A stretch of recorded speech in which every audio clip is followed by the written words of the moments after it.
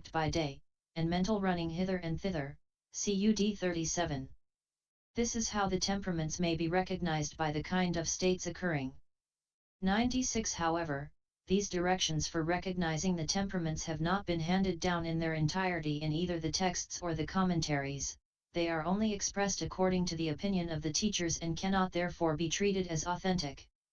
For even those of hating temperament can exhibit postures, etc., ascribed to the greedy temperament when they try diligently. And postures, etc., never arise with distinct characteristics in a person of mixed temperament. Only such directions for recognizing temperament as are given in the commentaries should be treated as authentic, for this is said, a teacher who has acquired penetration of minds will know the temperament and will explain a meditation subject accordingly, one who has not should question the pupil. So it is by penetration of minds or by questioning the person, that it can be known whether he is one of greedy temperament or one of those beginning with hating temperament. 97. What suits one of what kind of temperament? 79. A suitable lodging for one of greedy temperament has an unwashed sill and stands level with the ground, and it can be either an overhanging rock with an unprepared drip ledge. CCH 2, Note 15, a grass hut, or a leaf house, etc. It ought to be spattered with dirt, full of bats 24 dilapidated, too high or too low, in bleak surroundings, threatened by lions, tigers, etc. With a muddy, uneven path, 108 where even the bed and chair are full of bugs. And it should be ugly and unsightly, exciting loathing as soon as looked at. Suitable inner and outer garments are those that have torn off edges with threads hanging down all round like a net cake, 25 harsh to the touch like hemp, soiled, heavy and hard to wear. And the right kind of bowl for him is an ugly clay bowl disfigured by stoppings and joints, or a heavy and misshapen iron bowl as unappetizing as a skull. The right kind of road for him on which to wander for alms is disagreeable, with no village near, and uneven. The right kind of village for him in which to wander for alms is where people wander about as if oblivious of him, where, as he is about to leave without getting alms even from a single family, people call him into the sitting hall, saying, "Come, venerable sir," and give him gruel and rice, but do so as casually as if they were putting a cow in a pen. Suitable people to serve him are slaves or workmen who are unsightly, ill-favoured, with dirty clothes, ill-smelling and disgusting, who serve him his gruel and rice as if they were throwing it rudely at him. The right kind of gruel and rice and hard food is poor, unsightly, made up of millet, kudusaka, broken rice, etc., stale buttermilk, sour gruel, curry of old vegetables, or anything at all that is merely for filling the stomach. The right kind of posture for him is either standing or walking. The object of his contemplation should be any of the color kasioas, beginning with the blue, whose color is not pure. This is what suits one of greedy temperament. 98. A suitable resting place for one of hating temperament is not too high or too low, provided with shade and water, with well-proportioned walls, posts, and steps, with well-prepared frieze work and lattice work, brightened with various kinds of painting, with an even, smooth, soft floor, adorned with festoons of flowers and a canopy of many-colored cloth like a Brahmagod's divine palace, with bed and chair covered with well-spread clean pretty covers, smelling sweetly of flowers and perfumes and scents set about for homely comfort, which makes one happy and glad at the mere sight of it. 99. The right kind of road to his lodging is free from any sort of danger, traverses clean, even ground, and has been properly prepared. 109. And here it is best that the lodging's furnishings are not too many in order to avoid hiding places for insects, bugs, snakes and rats, even a single bed and chair only. The right kind of inner and outer garments for him are of any superior stuff such as china cloth, somara cloth, silk, fine cotton, fine linen, of either single or double thickness, quite light and well dyed, quite pure in color to befit an ascetic. The right kind of bowl is made of iron, as well shaped as a water bubble, as polished as a gem, spotless, and of quite pure color to befit an ascetic. The right kind of road on which to wander for alms is free from dangers, level, agreeable, with the village neither too far nor too near. The right kind of village in which to wander for alms is where people, thinking, now our Lord is coming, prepare a seat in a sprinkled, swept place, and going out to meet him, take his bowl, lead him to the house, seat him on a prepared seat and serve him carefully with their own hands. 100 suitable people to serve him are handsome, pleasing, well bathed, well anointed, scented 26 with the perfume of incense and the smell of flowers, adorned with apparel made of variously dyed clean pretty cloth, who do their work carefully. The right kind of gruel, rice, and hard food has color, smell and taste, possesses nutritive essence, and is inviting, superior in every way, and enough for his wants. The right kind of posture for him is lying down or sitting. The object of his contemplation should be any one of the color kasioas, beginning with the blue, whose color is quite pure. This is what suits one of hating temperament. 101 The right lodging for one of deluded temperament has a view and is not shut in, where the four quarters are visible to him as he sits there. As to the postures, walking is right. The right kind of object for his contemplation is not small, that is to say, the size of a winnowing basket or the size of a saucer, for his mind becomes more confused in a confined space, so the right kind is an amply large kasio. The rest is as stated for one of hating temperament. This is what suits one of deluded temperament. 102 For one of faithful temperament all the directions given for one of hating temperament are suitable. As to the object of his contemplation, one of the recollections is right as well. For one of intelligent temperament there is nothing unsuitable as far as concerns the lodging and so on.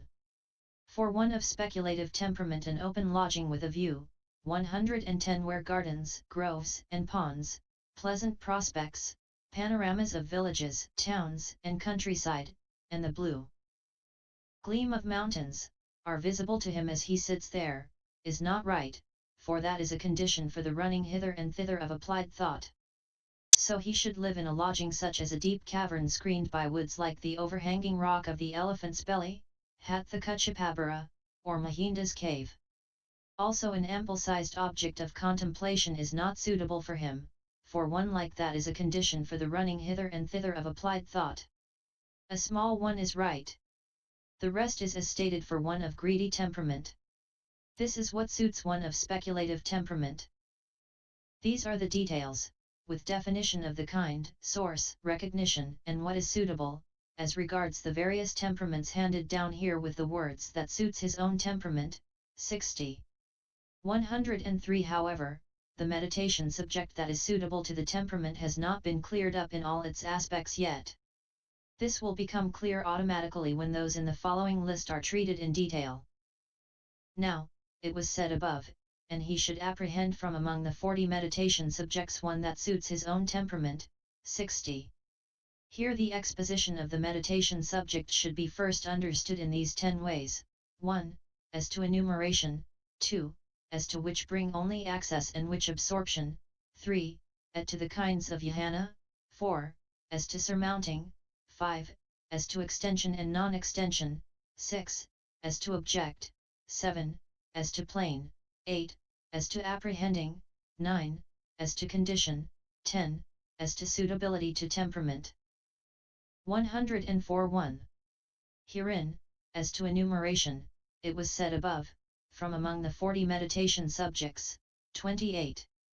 Herein, the 40 meditation subjects are these: 10 kasioas, totalities, 10 kinds of foulness, 10 recollections, 4 divine abidings, 4 immaterial states, 1 perception, 1 defining. 105 Herein, the 10 kasioas are these: earth kasio, water kasio, fire kasio, air kasio, blue kasio, yellow kasio, red kasio, white kasio, light kasio, and limited space kasio. The 10 kinds of foulness are these: the bloated, the livid, the festering, the cut up, the gnawed, the scattered, the hacked and scattered, the bleeding, the worm-infested, and a skeleton. 28.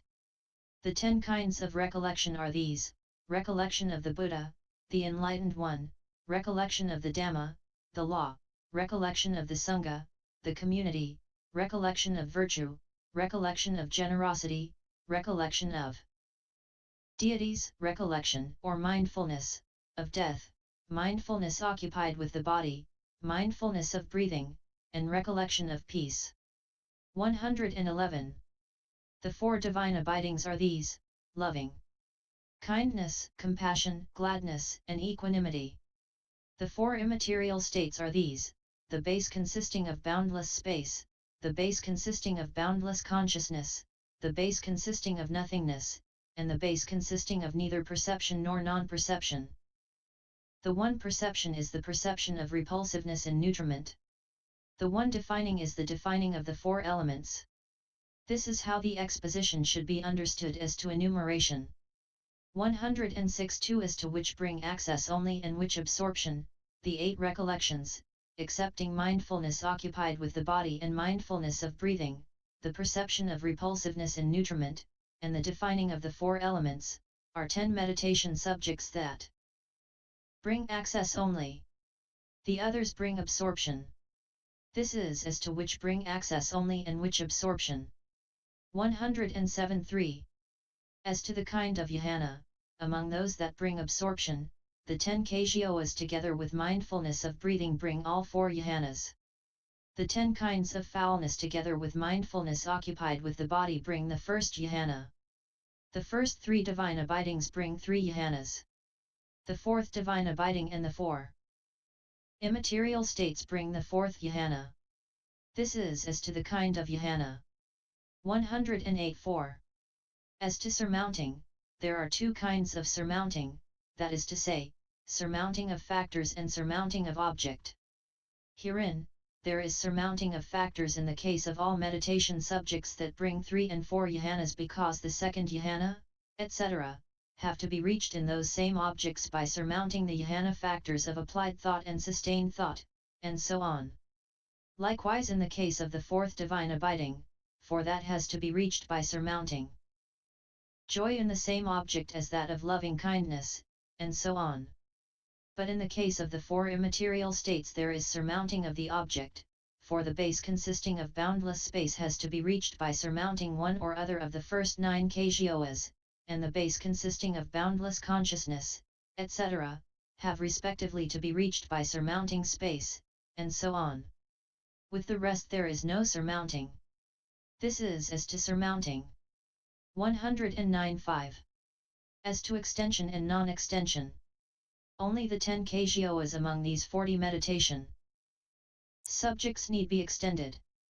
For it is within just so much space as one is intent upon with the kasio that one can hear sounds with the divine ear element, see visible objects with the divine eye, and know the minds of other beings with the mind.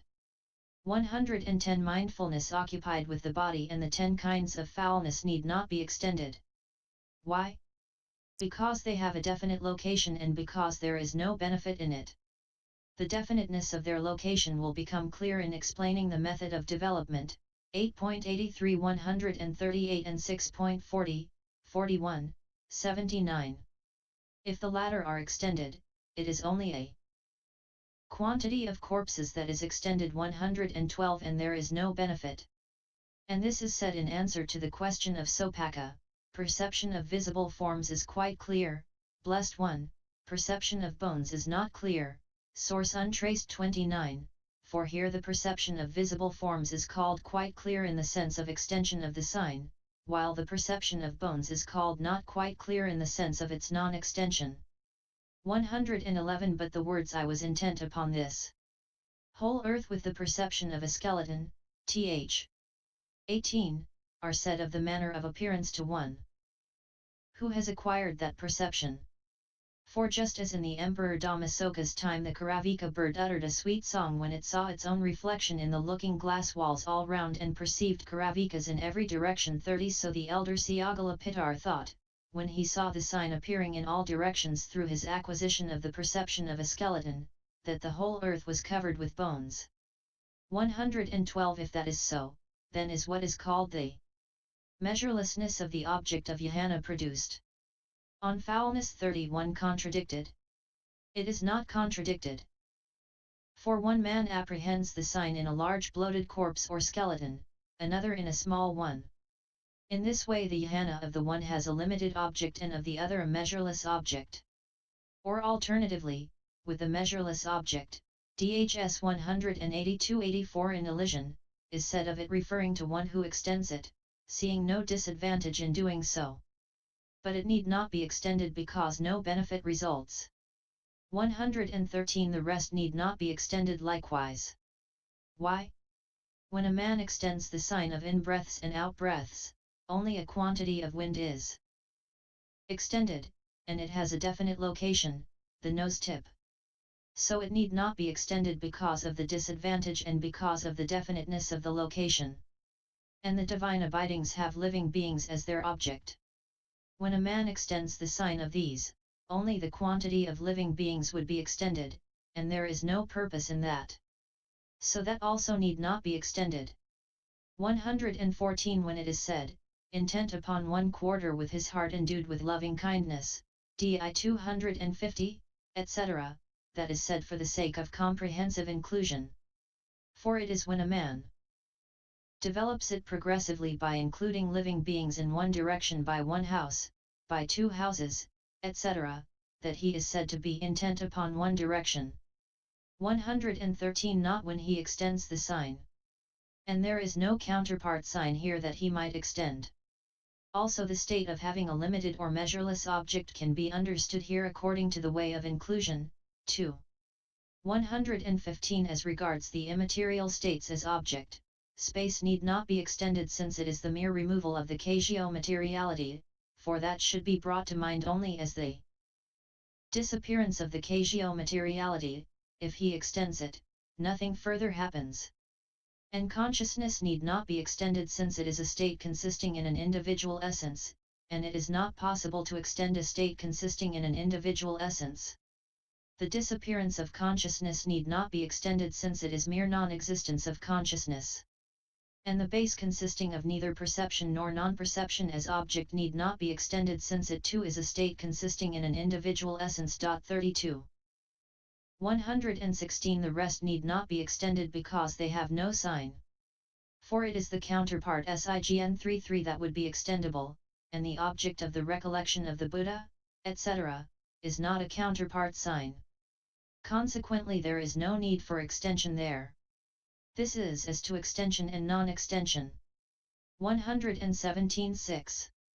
As to object, of these 40 meditation subjects, 22 have counterpart signs as object, that is to say, the 10 kasioas, the 10 kinds of foulness, mindfulness of breathing, and